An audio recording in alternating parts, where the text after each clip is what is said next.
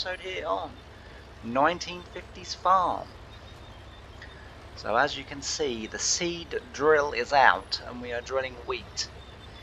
We've got this field turned around. It's quite a cloudy, dark whole day, which is, well, it is what it is. I sounded like Ness off Gavin and Stacey then. It is what it is. That was a terrible impression. Anyway, yes, so we got the wheat drill out, and it was a seed drill, but we're drilling wheat. And it's not going too bad. Got my 3 trusty little John Deere A helpers pulling the land down in front of me. What we ploughed in the last 2 episodes ago, was it? I don't know.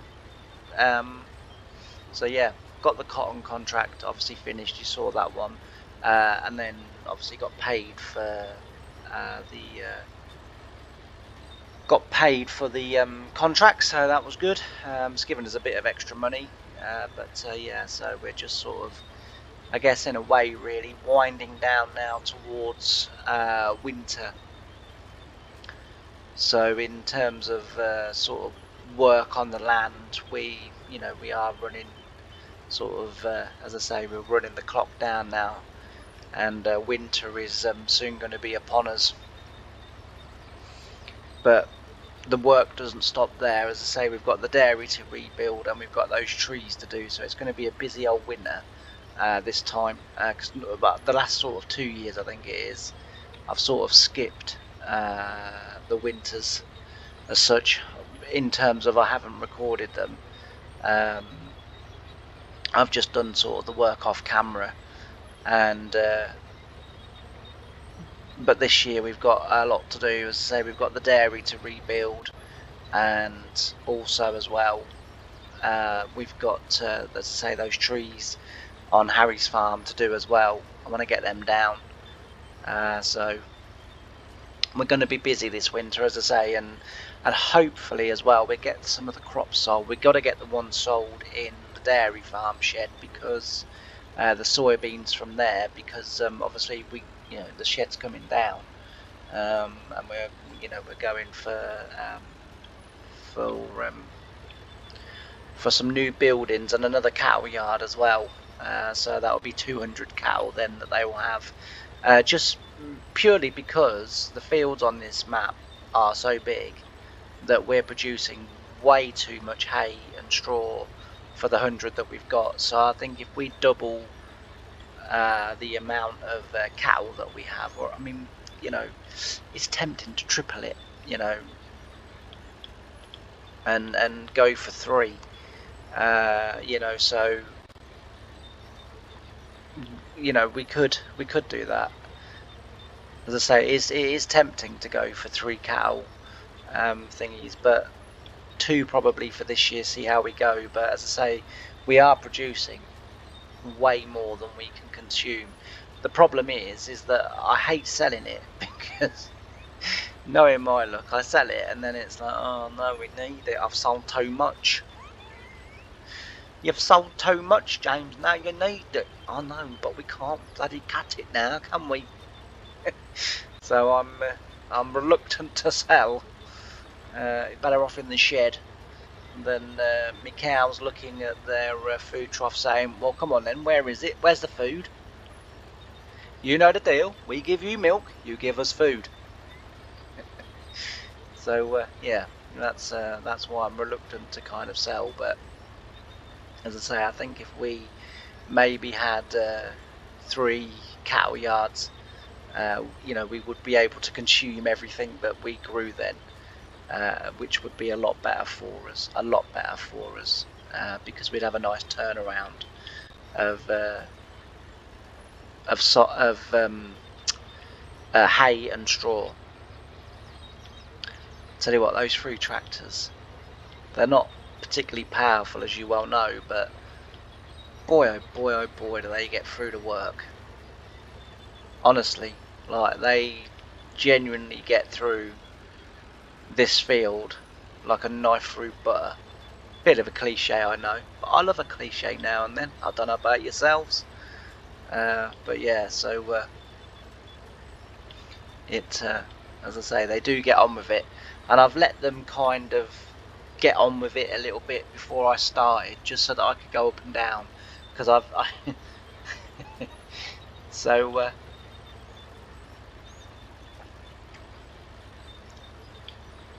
when when I was doing lands with them, I did I think it was when I planted soybeans in here. I I did have a look, and in the lands, on each time that I'd started a new land, I'd missed the last breed of the previous land. So when I checked after the video, and then after I'd finished the field, I then sort of go on to the in the so in this bit, I go in here, and then I look at the colour of the map, and then you can see like where you've planted and what's growing, and and it also gives you the colours for the fertilised state and everything. And there was just one bare patch every 6 breeds. It's like, ah. So I thought this time round, to save that embarrassment, it was a good job. It's a good job I do look, because otherwise we'd have had soybeans where every 6th breed there would be no soybeans, and people would be going, "I don't know, how what did he do there?" As it was, if I hadn't have said anything just then, no one would have been none the wiser. But as I've said before, I do like to tell you my mistakes. I do like to, not because but I'm human, and I make mistakes, So yeah, I just thought I'd tell you. But so this time around, I've kind of let them go early, and then it's a case of I'll just go up and down, because I can't get that wrong, I don't think. I tell you what, this crawler hates 2 things: turning with this drill and hills. Come on.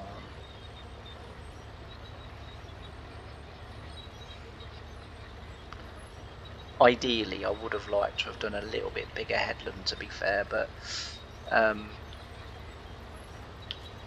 I couldn't. Well, I could have, because I could have just told them to go around another 3 times if I'd have wanted to, but that wouldn't really have worked with those tractors. So I kind of had to do it this way. But yeah, the headland's just not quite wide enough for me to turn on. I do like quite a big headland, so when I was working on the farm, I used to leave quite a big headland, and some of the lads would take a little bit of sort of fun out of me and say, like, Jesus, can you not turn a tractor in a tighter space than that? And I'd just say, what's the point in turning as sharp as what you lot do, cutting up the ground, when I can leave a big enough headland where I can just gradually turn left, and then sort of just gently swing round, not cutting up the ground, not bulldozing the ground with my tracks, set it back in again, knowing that my drill and everything is dead straight, and just straight back down the field again. I said, it doesn't really matter how big the head. Well, I said it does. You don't want to be leaving a 90-foot headland, but I said at the same time, I said, like, leaving the headland that I leave, I said it is not a problem. It just means that it's easier for me to get in and out, and it be straight. And even the farm manager Adrian used to say to me, he goes, I prefer the way you do it, because he said you don't get captain's hook at the end and beginning of each breed. He said if you watch when they drill, they get captain's hook, and that's because they've not turned in soon enough, and the drill hasn't caught and matched up to what was previous. He said, whereas you don't get that, you just get really straight ins and outs, and like nice corners. So I'm a big advocate of make sure you leave your headland you know, nice and wide so that you've got plenty of room to turn around. I mean, this is too tight. This is because look, we're bulldozing the ground. I mean, obviously this is farming sim, so it's not bulldozing the ground, but in real life you'd be bulldozing the ground. You know, with the insides of the tracks. You know, you're wearing the tracks out. That's the other thing. You know, I used to think as well is, you know, is that in turning so lightly, you know, I wasn't putting any wear on the tracks, or very little wear on the tracks. You know, so that was why I sort of really liked it, and why I did it, you know, because I wanted to make sure that, you know, nothing was being and the other thing as well is, and I did this on the first farm, and it frightened the bleeding life out of me, and it took a lot of repairing. Sorry about that. that was my house phone. That was the absolute advantages of recording in the living room. I hate it. You know, the only time our house phone rings is either scammers from, you know, bloody Mozambique or somewhere, or Jaipur or somewhere like that, or old people that get the wrong number. Just had an old person there. It's like, I went hello, and no one answered straight away. So I was like, hello, and no one answered. So I said, right, you got 5 seconds to answer me, or I'm hanging up and I'm turning my phone off. It's like, oh, hello, yeah, yes, it's Terry Brown here, right? Who gives a crap? He says, I'm wondering if you could help me. I'm severely in debt. I said, are you winding me up? He said, no.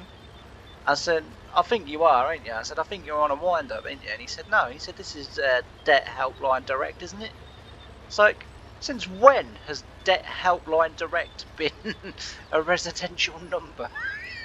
It's like, I've just got Barry working in his basement now. That's the image I've got of, you know, the National Debt Helpline, you know. And then because of the said, I went, oh, I said, did you spend too much at Christmas? You're going to have to manage your money better, aren't you, for the new year? And he just hung up. I think he probably considered that it was the most unsympathetic debt helpline. Anyway, I completely forget what we was talking about, but I'm sure it was very interesting. Oh yeah, that's what I was actually talking about. Yeah, so, and the other reason why I do such a nice, you know, sort of wide headland is because on the first farm that I worked on my 6620 John Deere, I was discarring with it, and this gave me this what I did gave me a lot of experience, a lot of knowledge, and I needed it, even though it wasn't a great thing that I did. My sort of farming career, I think, benefited heavily from this experience. So, as I say, 6620 John Deere, and it was on the disc arrows. Go home from work that day. I always take the disc arrows off. Like, I always took the implements off the tractor, and then, you know, the tractors would go in the shed in the grain stores. So I would take the implements off, obviously, because there's mud and that on them, and you know, and you don't want them in the grain stores. So we put the tractors in the grain stores. And so what would happen is you'd have like a 3/4 wooden grain floor with vents in it, obviously, to blow the air through, and then a concrete sort of end for machinery to stand on. So stood my tractor in there, goes to work in the morning, you know, sort of goes into the workshop as the sort of early morning meeting where, you know, you get told where you're going to be and what you're going to do for the day. And then and that happened on every farm that I worked on, so, you know, that's obviously sort of common, you know, practice, because every farm that I worked on, you know, you had your your you know, first thing in the morning meeting sort of thing. Anyway, goes to the grain store, opens the grain store where I'd left my tractor, and tractor wasn't there. So I've gone to my boss Anthony, and I've said to him, I said, Anthony, my tractor isn't in the grain store. So he said, well, you obviously left it somewhere else then. I said, no. I said, every night, you know, I know, everyone knows I leave my tractor in that grain store. So he said, well, you couldn't have left it in there then if it's not in there, could you? I said, Anthony, I said, I'm not asking you where I've left it. I'm telling you where I left it. I said, I know where I left it. I know where I parked it. I said, so don't, you know, I said, like, so you're an idiot, you know, you park. I said, it was in there. I said, and it isn't in there now. So he said, well, clearly, he said, then you didn't leave it in there, did you? So I said to him, I said, I'm not going to stand here and argue with you. I said, I've got to be honest with you. I said, I'm telling you that's where I left it. And then John, who I work with, come round and said, well, what are you two raring about now? So I said, my tractor's not in the grain store. So he said, oh. So he said, has Gunnar taken it? So Gunnar was Ray, who I talk about. So they call him Gunnar because in his tractor he always used to have a shotgun, and while he was there he'd be shooting rabbits and hares and stuff, and then he'd take them home and feed them to his dog. Right? I know. It's a generational thing. Right? He's the only man I know that can have hares and rabbits, you know, inside of his tractor that he's shot, and still eat his dinner and like still be alive in the morning. Do you know what I mean? Like, you know, for me, my tractor had to be sterile and clean, and you know, sort of, you know, it was very regularly antibacterial and everything else, you know, to try and keep it as clean as I could. But no, not Ray's. I used to hate like, you know, sort of using his tractor, which occasionally you had to do. And so I said, no, I said, you know, it's Tuesday, Ray's not in. I said, like, you know, I said, my tractor's not in there. So John said, did you leave it somewhere else last night? I said, no, I left it in there. So he said, having said that, he said, I do agree. He said, and he said to Anthony, he said, and I do agree. He said, and I'll tell you the reason why. He said, because he said, you made me bloody jump, didn't you, little bugger? And I said, well, not intentionally, but yeah, I did. I said, but it wouldn't. I said, I didn't mean to. I said, I wasn't setting out to give you a jump scare. I said, oh, you know, I just wanted to say something to you. I said, like, but you wasn't aware that I was behind you. Anyway, long story short, eventually we come to the conclusion the tractor has been stolen, which I already knew anyway, right? I already knew that anyway, right? So he says to me, he says, right, you'll have to go up to John Deere, he says, and you have to go get another tractor. So I said, okay. So he said, like, just see what they got. He said, like, you need something powerful enough to pull your disc harrows, to pull your plough, and to pull the power harrow. So I said, okay. So he said, anything 6620 or above will be more than enough power. So I goes to the John Deere dealership and I says to them what's happened, and they says, okay, fair enough. So I said, Anthony wants us to, you know, borrow a tractor. So he said, no problem. So he said, the only thing I've got in at the minute is a 7530. So I said, all right. I said, yeah, fair enough. I said, like, you know, I'll take that then. I said, look, because I want to get on. I said, like, I've got a lot to do and I want to get on. So he said, okay. So he said, but I ain't been like serviced or anything. I said, no, don't worry about that. I said, like, I'll service it. I said, like, in the morning. I said, like, it's good enough for me to use now for the rest of the day. And he went, oh yeah. He said, it's fine. He said, but you know. So I said, okay. So he said, I just got to take a few photos. Yeah, that's no problem. Anyway, takes the photos, gets in the tractor, takes it back to the farm, hooks up the disc harrows, and away we go. Gets to the field. I'm now about 4 hours behind where I should be. Alright, because once I got it back, you know, I had to sort of check all the oils on the tractor, you know, sort of do any grease on the tractor that needed doing. Then I had to set the disc harrows up. Obviously, like, I don't have a great deal of upper strength and stamina, so therefore when I have to put implements on by myself, it does take me a little while because, you know, I have to keep stopping for a rest and stuff. Anyway, gets it on, gets to the field, 4 hours behind. I'm in a bad mood mainly because of the crapping about that we did in the morning, that, well, you've obviously left it somewhere else. It's like, I'm not 93. I know where I leave things. and I know where they should be. I leave them in the same place every bloody time, so I don't have to remember where I left it, you know. Anyway, so I get in the field. I'm in a bad mood, and I go up and down, and quite a nice day. Gets to the second field, about I don't know, I think it's about a 70-acre field, that one. And I thought, I was supposed to have had this done by today. I thought, there's no way I'm going to get this done now, because the disc arrows were like, I think about 4 meters. I mean, 3.5, 4 meters. I was thinking, there's no way I'm going to get this done now. So, like I say, in a bad mood. Anyway, it's it's after tea, and I'm trying to catch myself up, and that's a big mistake in farming. I should have just took it as it was and thought, I'll have to work, a little bit longer, or I'll have to, do a bit of overtime, or come in on on a Sunday or whatever, because like Sunday I used to have Sundays off, but I thought that's what I should have done. That's with hindsight. But what I did do was I didn't leave a big enough headland, because I wanted to get on with the middle of the field, and I thought I'm going to be landsing it anyway, so I thought I should always be continually just swinging in. And then of course sort of it got to 10, 11 o'clock at night.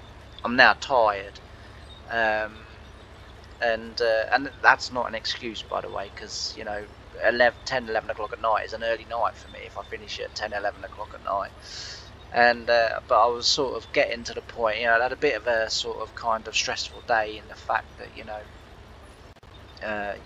what had sort of gone on in the morning, and obviously in my tractor was all my tools, was my CDs, was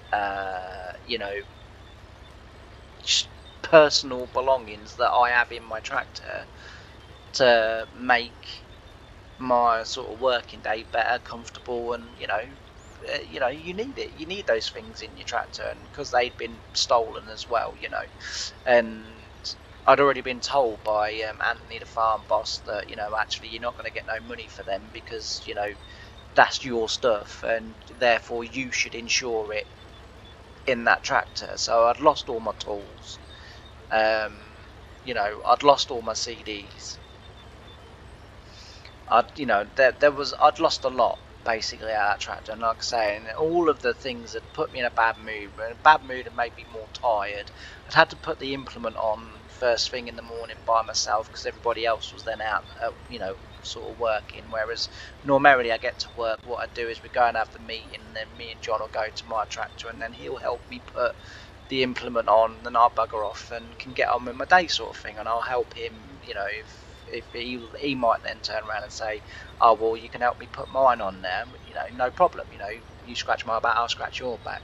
So a bit late at night, because what I've done is I've ended up going down the wrong breed. So I have a set way of doing it, so you never turn back on yourself. And I've gone down the wrong breed, and of course what happened is that I've suddenly realised I'm going to have to turn back on myself. And without thinking, I just swung round, didn't I? Well, the drawbar of the disc arrows hit the back wheel. That flipped them up. Enough to catch on to the bloody 3-point linkage arm, which then literally just buried the front of the disc arrows into the back of the tractor, into the wheel, like buckled the bloody axle out, ripped all the pipes out of the spool valves, and basically made a right mess. And I mean a right mess. And I got in a lot of trouble for that. A lot of trouble. It was a hired tractor. It was a hired tractor, and as I say, I got in a heck of a lot of trouble for that, and it wasn't good. It was not good. It was a right mess. And because I'm not that great at mechanicking, unlike the second farm that I worked on, they didn't have their own engineer team, so if you broke something, you had to fix it. And of course Anthony, to try and save money, had said, oh, we'll fix it. And I'm looking at the wheel thinking, we're going to fix that, are we? Okay, fair enough. It's just, fair enough. It was like, the spool valves and the stuff like that, I could see us being able to fix, stripping them out and then like fixing them. But so that was what I did. Anyway, I've gone on for far too long, so I'm going to get on with some time lapse, and I'll see you at the end.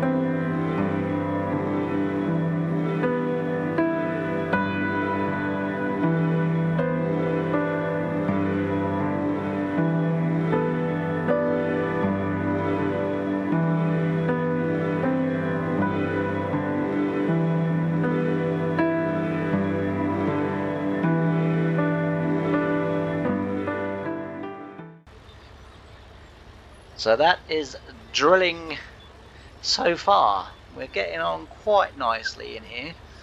Not going too bad. They're getting on very, very well, actually. It's amazing how quickly, once you kind of get into, I used to say this when working on a farm, once you get into a rhythm, doesn't matter how big the field is, the field very quickly starts to disappear. They're in a nice little routine and rhythm now, which is good. Obviously, I'm sort of in my rhythm a little bit. Yeah, I've missed a few little bits and pieces here and there, but, that's more down to the texturing than sort of myself, but of the map. So that this map has quite a bit of texture, and I've said it before. The only thing that doesn't seem to be affected too badly by it is ploughing. Either that or I just am exceptionally good at ploughing. Which, as most of you will know, it was my job. But yeah, but as I say, like that we've done all right, and we'll have the rest of this field complete today, and then we'll get it rolled. And then so we've got some other bits and pieces that we still need to do. We still need a dairy day because the poo is definitely building up now to the point where it's almost reached its capacity. So we're going to have to empty that out. The cattle need feeding again.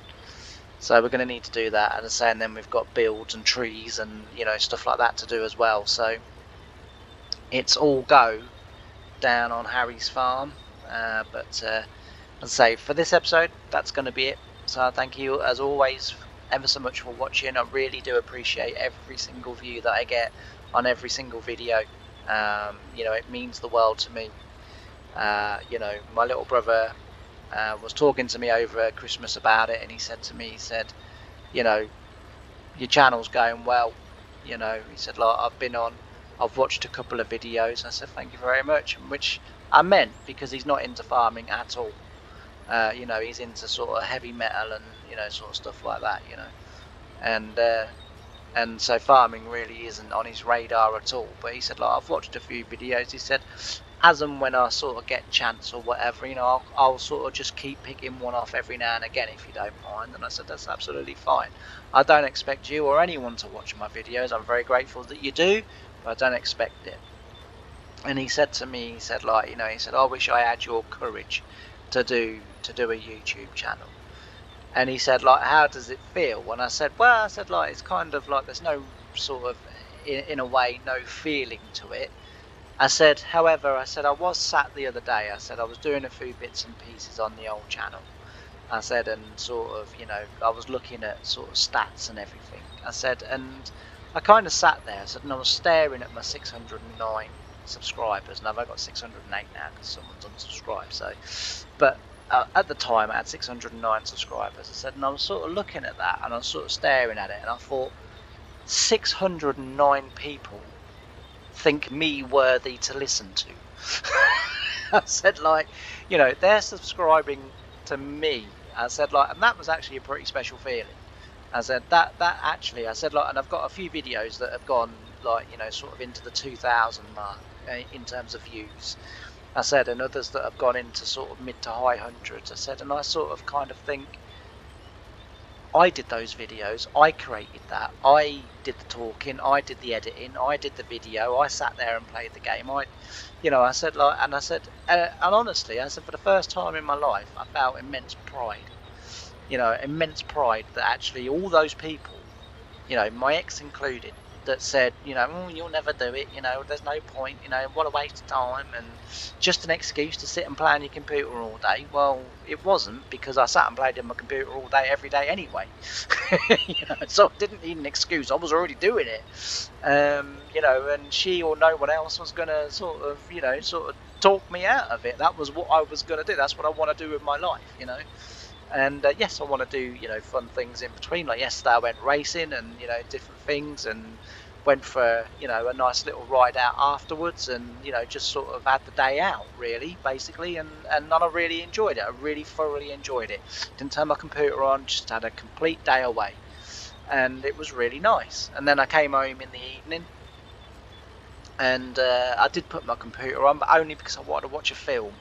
And as I've said before, I'm in the living room, so if other people are watching the living room TV, then I need to go onto my computer to stream films. And I wanted to watch Die Hard with a Vengeance because I love that film. I've seen it about 10 times over Christmas, but I love that film. But yeah, no, I said to him, like, you know, that is the feeling that I sort of would say that you would get is that there would become a point where you would realise actually these people are subscribing to me. I'm not ripping off anybody else's content. I'm not re-uploading anybody else's content. I'm uploading my own content, and people thinking I'm worthy. So when I say that I really appreciate it, I really do appreciate it, because as I say, many people, you know, about a year ago when I was thinking about doing it full time completely, said to me, don't waste your time, you're not that interesting, you're not that funny. Which I can kind of get the funny thing. I think I'm funny, I like my humour, but not a lot of other people do, you know. But you know, in terms of sort of being interesting to talk to, I mean, you know, the thing is, I've always said, you know, I like doing my chatty videos. The thing is, the sort of stories from work are beginning to run a little bit dry. And I sort of then sort of started to think, well, talk about your life, you know, talk about other things that you've done and achieved. And then I was like, yeah, but that's a bit me, innit? Like, who the hell wants to listen to me? Do you know what I mean? Like, you know, so I've kind of sort of gone away from them. And every now and again, you know, something will happen and it will remind. I think, oh, that happened at work. I could talk about that, and then I'll, you know, sort of do it again, you know. And but yeah, so as I say, I really do appreciate it. If you haven't done already, please don't forget to like, comment, and subscribe. It really does help the channel. It helps the channel to grow just that little bit more. And if we can grow the channel just a tiny bit each day, that would be absolutely fantastic. And also, don't forget, I have got a personal goal of 1,000 subscribers by April the 16th. We've got a little under 4 months now. So, you know, come on, get your subscribing fingers out and just hit that little black button. It really would mean the world. But anyway, thanks ever so much for watching. I've really enjoyed having your company. I can't wait to see you again on the next video. Bye for now.